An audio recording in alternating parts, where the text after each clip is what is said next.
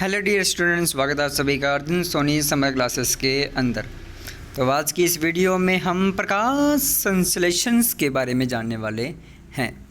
यह जो टॉपिक है वो lab assistant, NEET exam, railway group D और साइंस जीके से रिलेटेड जितने भी एग्ज़ाम होते हैं उन सभी में ये टॉपिक कॉमन होता है और इससे रिलेटेड कोई ना कोई क्वेश्चन ज़रूर आता है एग्ज़ाम के अंदर। तो इसलिए इस वीडियो को पूरा वॉच करें और एक एक चीज़ को ध्यान से पढ़ें। अपनी जो एसएससी सीएचएसएल का एग्ज़ाम होता है या सीजीएल का एग्ज़ाम होता है, अगर उसमें साइंस जीके आता है तो उसमें भी इस टॉपिक से रिलेटेड क्वेश्चन आपको मिल जाएंगे। तो स्टार्ट करते हैं हमारी आज की इस वीडियो को। देख लेते हैं प्रकाश संश्लेषण। प्रकाश संश्लेषण की प्रक्रिया सपोषी जीवों में होने वाली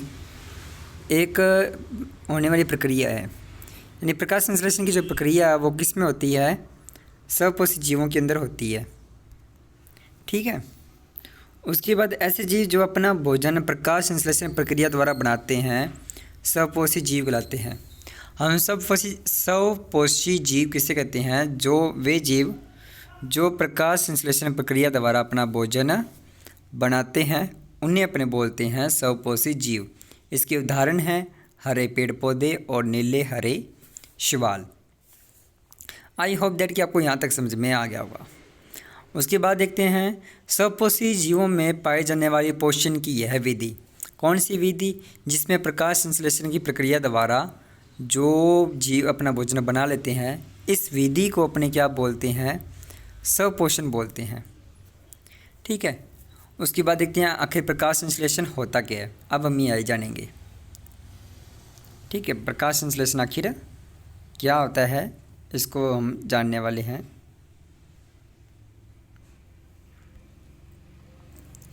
प्रकाश संश्लेषण प्रक्रिया। प्रकाश संश्लेषण प्रक्रिया हरे पादपों में होने वाली अद्वितीय प्रक्रिया है। अद्वितीय यानी इसके जैसा कोई प्रक्रिया नहीं कर सकता। इस प्रक्रिया में हरे पादप सूर्य का प्रकाश, वायुमंडल में उपस्थित CO2 गैस, जल, हरे पादपों में पाया जाने वाला हरा वर्णक क्लोरोफिल की सहायता से अपना भोजन बनाते हैं। देखिए इसमें क्या क्या बताया गया है, ध्यान से देखिए कि इसमें क्या कर सकता है। एक तो सूर्य के प्रकाश के द्वारा, कार्बन डाइऑक्साइड गैस के द्वारा, जल और क्लोरोफिल की सहायता से जो जितने भी पेड़ पौधे होते हैं वो क्या करते हैं? अपना भोजन बना लेते हैं। ये होती है प्रकाश संश्लेषण की प्रक्रिया। उसके बाद इसमें दिया गया प्रकाश संश्लेषण प्रक्रिया में निम्न क्रियाएं होती हैं। पौधों के पत्तियों के फलक प्रकाश अवशोषक की सतह को बढ़ाते हैं। ये क्वेश्चन आ सकता है कि प्रकाश अवशोषक की सतह को कौन बढ़ाता है? पत्तियों के फलक या पत्तियों के फलक। जो आपको ये पत्ती का ये वाला एरिया दिख रहा है, ये वाला एरिया, इस एरिया को अपने बोलते हैं फलक। ठीक है, चित्र में आप देख सकते हैं। तो ये क्या करते हैं? जो पत्तियों के फलक होते हैं वो प्रकाश अवशोषक की सतह को बढ़ा देते हैं। पौधे की सूक्ष्म इकाई यानी कोशिका में एक थैली जैसी संरचना होती है। एक थैली जैसी क्या होती है? संरचना होती है, जिसे अपने बोलते हैं क्लोरोप्लास्ट या हरित लवक कहते हैं। हरित लवक में ये क्या होता है? एक हरा रंग का वर्णक होता है जिसे अपने क्लोरोफिल कहते हैं। इसी वर्णक के कारण हमें जो पौधा होता है वो हरा रंग का दिखाई देता है। यानी क्लोरोफिल के कारण हमें जितने भी पेड़ पौधे होते हैं वो हरे रंग के दिखाई देते हैं। तो आपको एग्ज़ाम के अंदर क्वेश्चन आ सकता है कि क्लोरोफिल किस में पाया जाता है? तो ये ध्यान रखना, क्लोरोप्लास्ट में, या फिर ऐसे आ सकता है हरित लवक में पाया जाता है। अच्छा, ये क्या करता है? ये पौधों को हरा रंग प्रदान करता है क्लोरोफिल। ठीक है।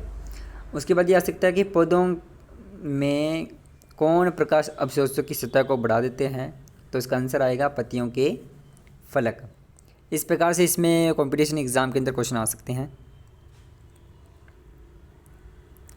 चाहो तो आप स्क्रीनशॉट लेना चाहो तो स्क्रीनशॉट ले सकते हैं। नेक्स्ट देखते हैं अब अपने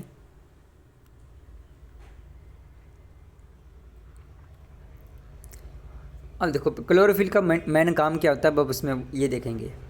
क्लोरोफिल प्रकाश ऊर्जा का अवशोषण करता है। तो ये आ सकता है कि क्लोरोफिल कौन सी ऊर्जा का अवशोषण करता है, तो अपना ध्यान रखना है प्रकाश ऊर्जा का अवशोषण करता है। पौधे की जड़ें मिट्टी से जल और खनिज का अवशोषण करती है। देखो इसमें क्या लिखा हुआ है कि जो पौधे की जड़ें होती है वो क्या करती है, मिट्टी से जल और खनिज का अवशोषण करती है। और ये जो मिट्टी से जल और खनिज का जो अवशोषण करती है पौधे की जड़ें, वो अवशोषण परासरण द्वारा होता है। कौन सी विधि द्वारा होगा, परासरण प्रक्रिया द्वारा होता है।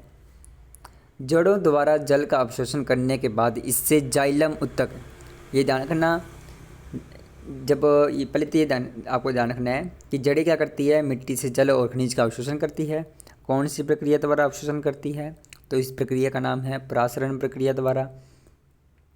उसके बाद ये क्या करती है, जो जड़ होती है वो जल का अवशोषण करने के बाद इससे जाइलम उत्तक के द्वारा पत्तियों तक पहुंचा दिया जाता है। यानी पत्तियों तक जल को जो पहुंचाती है जड़ें, वो कौन से उत्तक द्वारा पहुंचाती है, जाइलम उत्तक द्वारा पहुंचाती है।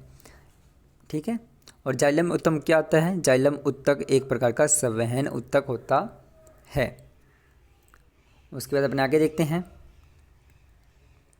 पत्तियों पर छोटे छोटे छिद्र होते हैं जिन्हें रंध्र कहते हैं, इंग्लिश में से स्टोमेटा बोलते हैं। ये रंध्र द्वार कोशिकाओं द्वारा घिरे रहते हैं। ठीक है। इनके चारों तरफ क्या होती है, द्वार कोशिका होती है। जैसे आपको मैं दिखा देता हूँ, ये आप ये जो ब्लैक रंग का देख रहे हैं इसे तो अपने बोलते हैं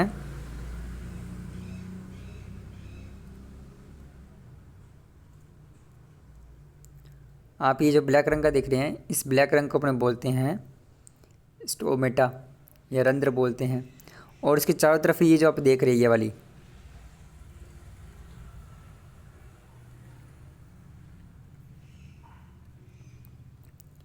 ठीक है, ये जो ब्लैक रंग का आपको दिखाई दे रहा है इसमें ब्लैक रंग तो है स्टोमेटा, और ये जो हरे रंग के आपको दिखाई दे रहे हैं इसे अपने बोलते हैं गार्ड सेल। ठीक है। उसके बाद अपने आगे देख लेते हैं।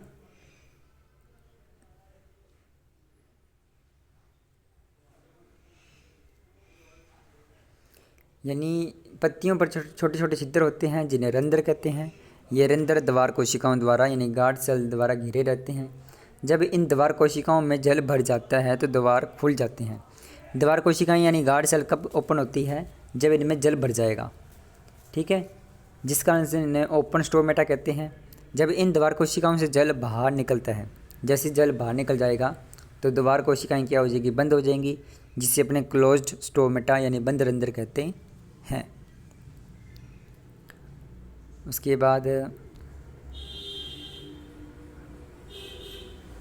यहाँ देख लेते हैं।